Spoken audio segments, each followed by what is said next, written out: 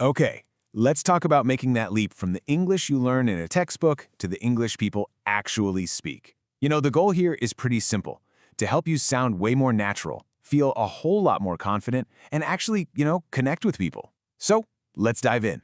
Does this sound familiar?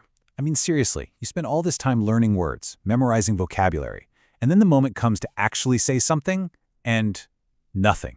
Your mind just goes completely blank. Hey, don't worry, this is an incredibly common feeling, and we're going to show you exactly how to push past it.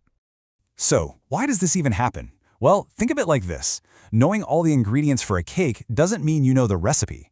And it's the same with language. Knowing the words is just not the same as knowing how to put them together in a great conversation. And here's the real problem with that textbook approach. Real conversations, they're messy, they're fast, they're full of all these little pauses and reactions and phrases that you're just never going to find in a grammar book. And if you're trying to translate every single word in your head, you just can't keep up. It's way too stressful. But there is a secret. There's a really simple shift in how you think about learning that changes everything. It's all about moving away from learning single individual words and starting to learn in chunks. So here it is, the big idea. Native speakers don't actually build sentences one word at a time. We don't. We think in phrases, these ready-made chunks. And when you learn these chunks, it's like getting a cheat code for the language.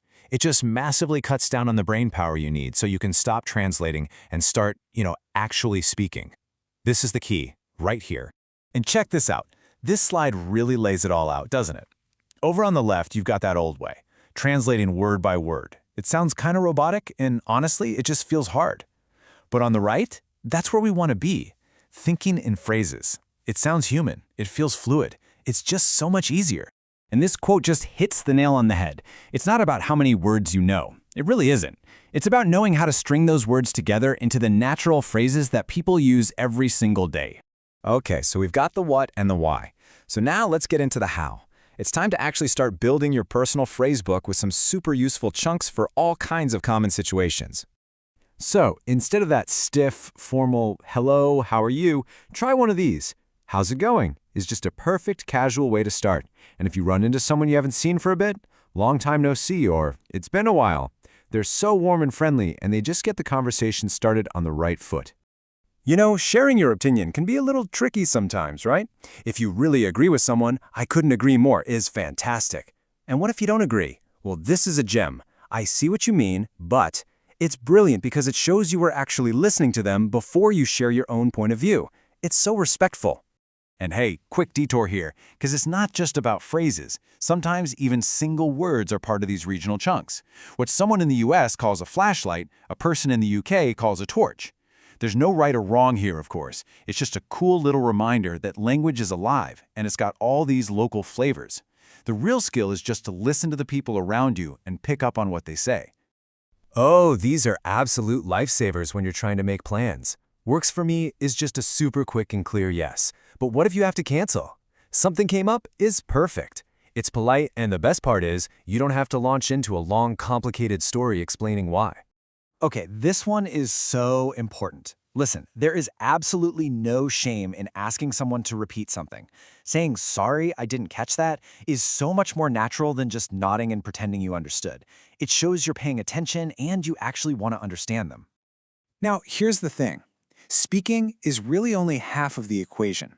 The best conversationalists, they have a secret superpower, and that is they are amazing listeners. This right here is a total game changer.